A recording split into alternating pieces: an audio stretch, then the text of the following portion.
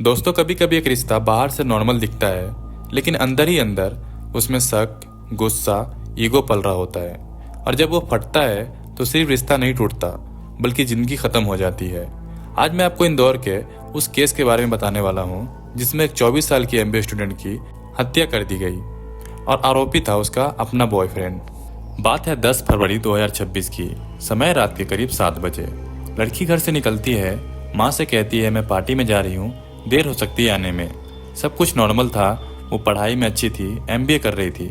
लेकिन उस रात के बाद उसका फ़ोन धीरे धीरे अनरीचेबल होने लगा। रात के करीब 11 बजे घर वाले सोचते रहे शायद दोस्त के साथ होगी, लेकिन जब रात के 12 से 1 बज गए और फ़ोन बंद बताने लगा, तब उनके घर वालों की बेचैनी शुरू हुई। अब यहाँ एक चीज़ समझनी जरूरी है, वो पिछले करीब 1 साल से पीयूष के साथ रिलेशनशिप में थी।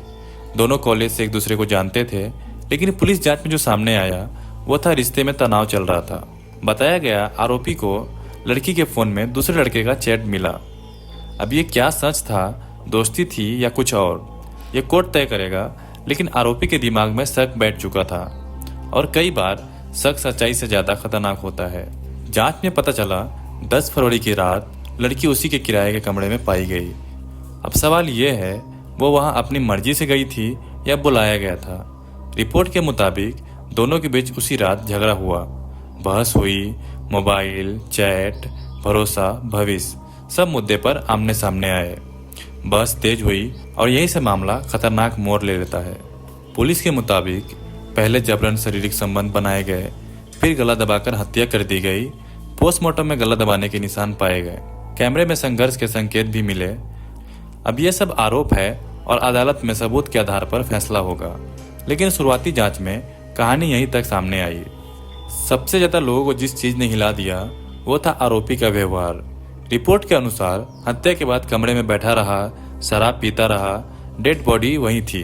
बताया गया कि लड़की के फोन से कुछ मैसेज और वीडियो भी भेजे गए। अब सोचिए, अगर किसी इंसान से गलती से भी किसी की जान चली जाए तो उसका पहला रिएक्शन क्या होगा? घबराहट, डर, पछतावा। लेकिन यहाँ जो सामने आया वो एक अजीब ठंडक थी। हत्या के बाद आरोपी इंदौर से निकल गया। 14 फरवरी 2026 को मुंबई के पास से उसे गिरफ्तार किया गया। जब मीडिया ने पूछा आपने ऐसा क्यों किया, तो उसका जवाब था हो गया यार। ये लाइन वायरल हो गई।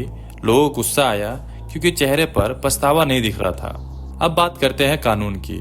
आरोपी पर IP 60 302 हत्या, IP 60 376 बलात्कार और IP 60 201 सबूत मिटाना जैसी गंभीर धाराएं लगाई गई। Digital evidence, call record, CCTV footage और फॉरेंसिक रिपोर्ट सबकी जांच जारी है। अब कोर्ट तय करेगा कि सच्चाई क्या है।